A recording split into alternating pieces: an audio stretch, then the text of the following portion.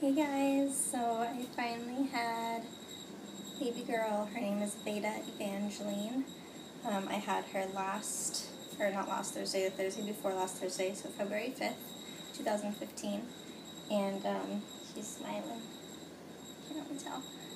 So she was born at 41 weeks, and one day I was actually going to film a 41-week video, but I actually went into labor that night, so I didn't end up filming it after my appointment.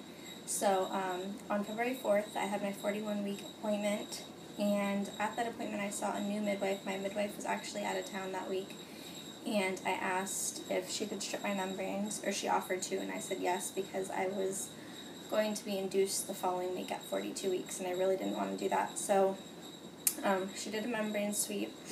It was pretty uncomfortable, I must say, almost painful.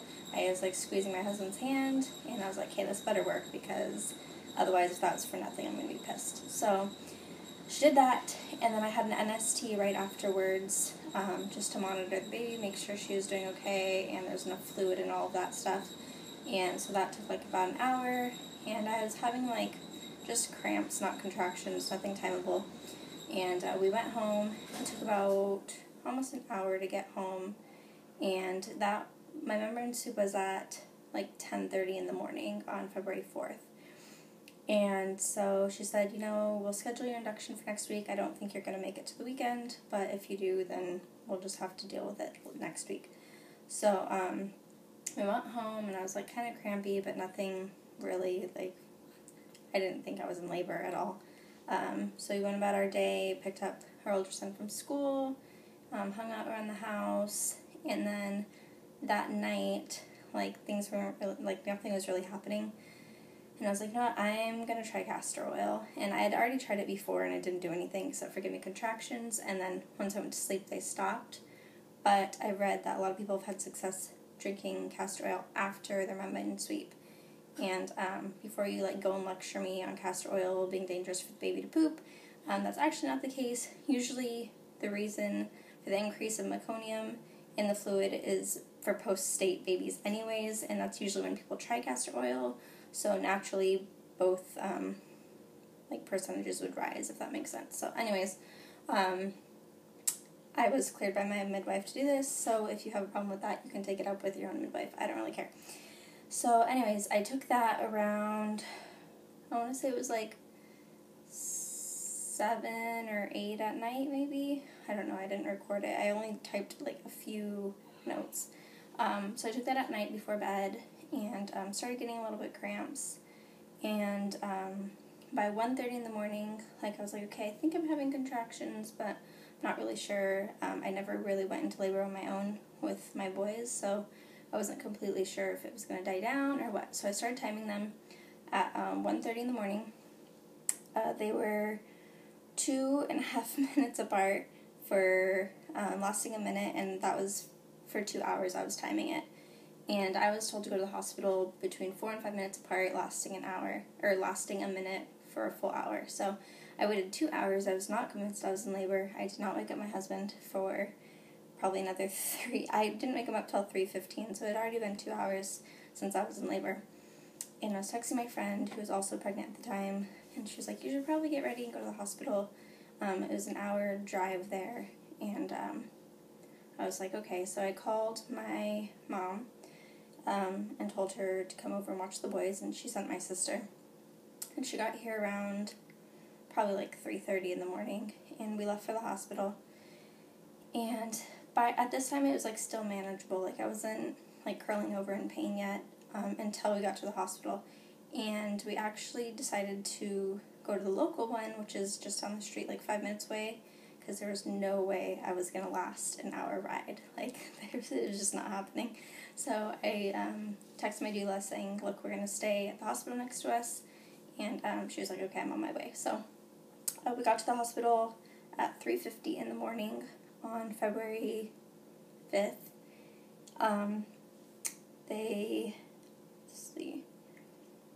They checked me. We got all checked in. By the time at the hospital, I had to stop for each contraction and hold onto the wall and cry. We got into labor and delivery, and they were kind of like nonchalant about it, like, oh, you're in labor, okay. And then like I had a contraction. My husband said the nurse's face was like, oh. She's like, is this your first baby? And he's like, third. And then immediately they like put us in a room. So we got in a room and they checked me, and supposedly I was only 1 to 2 centimeters, and the day before I was a 2 to 3. So we'll just say I was a 1 to 2, whatever. So they said they would put me on labor watch and check me in an hour and a half to see if I was progressing. Otherwise, they're going to send me home because I said I was refusing Pitocin. I did not want any help starting or increasing my contractions, and basically if I wasn't in labor, I wanted to be sent home and labor at home. So I was very clear on my birth plan. So because of that, they said, okay, well, give you an hour and a half, see if you make any change so we can admit you. And by that time, I was like, okay, obviously we're going home from 1 to 2, and they're only going to give me an hour and a half. So they checked me not even an hour later at 6:10 in the morning, and I was a 4. So I went from a 1-2 to a 4 in about an hour. And so they were like, okay, well, you're for sure staying, and you're going to have a baby today. So that time I was like, can I walk around? I want to move around. I don't want to be monitored right now. And they're really good about that. We walked around a lot. And that's when I stopped taking notes. So I'm thinking that's because I was just trying to deal with being in labor. My husband can probably fill in more times, but I'll just say what I remember. So I walked around a lot. They were checking me. I was still at a 4 for a while. I was getting really discouraged. I did a lot of laboring on my yoga ball or my exercise ball. I did like up on the back of the bed. I've heard about people doing this, and it like when I picture it in my head, it was so weird. But when I did it, like it wasn't that weird. Where you like kneel on the bed and like hold the back of it. I just didn't want to lay down. That made it so much worse. So I labored, I don't know, for a long time. And around 2 o'clock, they're like, okay, well, you've kind of stalled, so we can either help you out with Pitocin, or we can try to get you in the bath. The warm water sometimes like helps you release oxytocin, which I think that's right, which will help move things along, or at least like relax me so my cervix could dilate. So I got in the bath around 2 o'clock, and they said, okay, you can stay in here for half an hour, and then we have to check you and monitor you again, because I was doing intermittent monitoring. I didn't want to be strapped to the bed, so. Oh shoot, I forgot to mention that I was GBS positive, so I had to get a round of antibiotics when we got there. So they had to put an IV, they tried to put it in my hand, and they blew my vein. So my hand like swelled up really fast, and then they ended up getting in my arm. So that was for 4 hours. And by the time that was done, then I could get in the bath. And by that time, I was having really intense contractions. The bath was nice except for when I'd get a contraction, and I just wanted to like lift up. I didn't want to be sitting because I was getting a lot of pressure. So that was for half an hour. And it was time to get out, and I like the bath was like in a separate room from the labor room. And I did not want to walk back because I just knew I was going to get a contraction in the middle. So I was like, okay, let's hurry up and go. So I got out around like 2:30 or 2:45, and they checked me. I think I was at a 6, maybe 5.5. But I had progressed in that half an hour. My battery's going to die. So I did make progress. So they left me alone and, didn't push Pitocin or anything. So I just kept laboring. It was getting more intense. Obviously, that's what happens when you're in labor. I was still moving around. I still hadn't asked for any medication. And after a while, I was feeling the urge to push and use the bathroom, of course. And this whole time, I'd been using the bathroom. Like, I could get up, my husband walked me to the bathroom, and I'd have a contraction, like, in the bathroom, and then go back to the room and, deal with it. So, I remember calling the nurse and just saying, I'm feeling a lot of pressure. And so she checked me, and I think I was at either 6 or 7. I wish I wrote all this stuff down, but and at this time, like, it was really hard to manage the intensity. I was to the point where I was like, I can't do this, I don't want to do this, I want the epidural, I want medication, stab me in the eyeball with some drugs. Like, I don't want to do it anymore. And my doula's like, just do it, you've already come this far.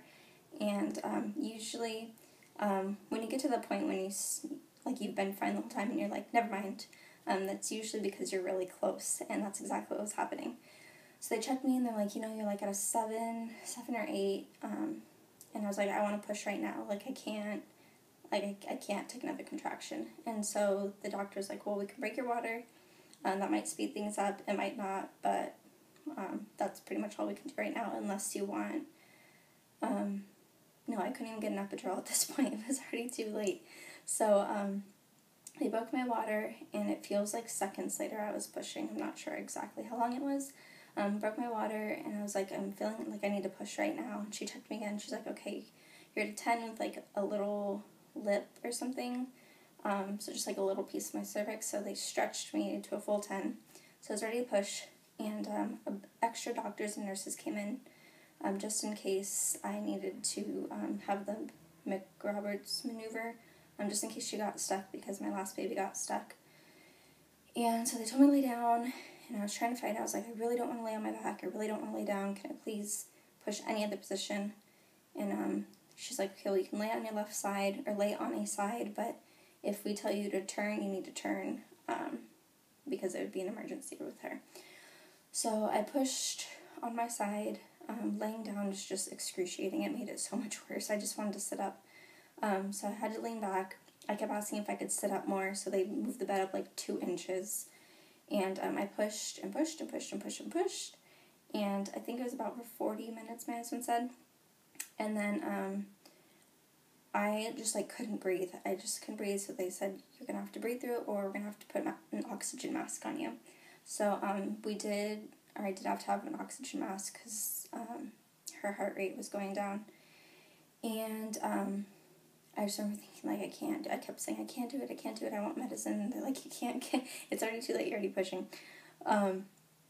So I was pushing, and finally, like, something in my head was like, okay, I just need to get her out. Like, I don't want to do this anymore. And the only way to get her out, or the only way to stop it, is to get her out. So I just pushed as hard as I could. They kept telling me to wait for the next contraction, but your body just does it. Like, I couldn't control it. So I pushed, and then I felt her head, like, right there. Definitely felt the ring of fire. And so I pushed her head out, and then I could just feel her shoulders just sitting there. And I was like, oh God, is she stuck? Please tell me she's not stuck. I don't want to go through the same thing as we had last time with her shoulders still shut. Like, I was so scared in that moment. And they're like, just keep pushing when you feel contraction. And I was expecting, like, her head to come out, and, like, the rest of her just to, like, kind of, like, flop out. No. I had to push her shoulders out, which was so painful. And she came out, and I had my eyes closed, because I just felt, like, so much pain down there. It was pain. I don't care who says it's not pain. It was painful. And I remember screaming at them, like, take her out, or take it out. And they're like, open your eyes, like, she's already out. And so they put her on my chest, and I just kept saying, I can't believe I just did that. I can't believe I just did that. And so she was, to me, she looked tiny. I was like, she's so tiny. And they're like, no, she doesn't really look that small. But anyway, so the doctor's like, good, you didn't tear, no stitches, nothing like that. I had to push out the placenta, which was easy. It was one more push, and they asked if I wanted to see, and I said yeah, and it was kind of cool looking. My husband cut the cord, and we did skin to skin, and I was like, can I nurse her right now? I just, like, wanted to start right away. And she latched on perfectly, and she's been eating perfectly ever since. She's a natural. And so about an hour went by, and we just got to hold her, and they didn't mess with her. And then they weighed her and stuff later on. She was 8 pounds and 3 ounces, so she was a whole pound smaller than her brothers. And, yeah, she's perfect. Her name is Veda Evangeline.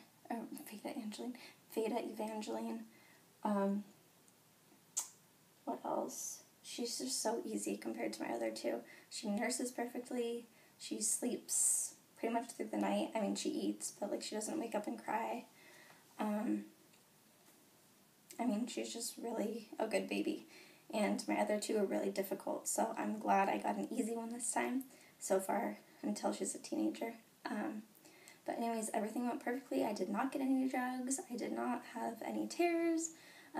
Recovery was a million times easier than my other two. I think her nursing abilities were in part due to she wasn't on any drugs, so she was alert, and that really helped. I was up and walking within hours. I wanted to go home that day, but they had to keep us for the GBS just to monitor for 48 hours. So, I'm sorry, I hope you can hear me. Lincoln's napping, so I'm kind of whispering. She had her checkup on Monday, so she was like Thursday, Friday, Saturday, Sunday, 4 days old. She had already gone back to her birth weight exactly at 8'3", so she hasn't lost any weight. In fact, like, I'm thinking she's probably close to 10 pounds now, and she's only 10 days old. So she has an appointment next Monday in a week for her 2-week checkup, and that's about it. That's my quick labor and delivery story according to my memory. I don't know how accurate it is, but that's kind of how I remember it. Literally, as soon as she was out, I forgot half the day. I realized I was so zoned out through most of it, and I think that's just how I coped with the pain, and I'm glad I didn't do it with drugs. I'm glad I did it naturally this time. I won't ever be doing it again, but I'm glad I got it over with, and that's it. So, thanks for watching, guys. I will talk to you soon. Bye.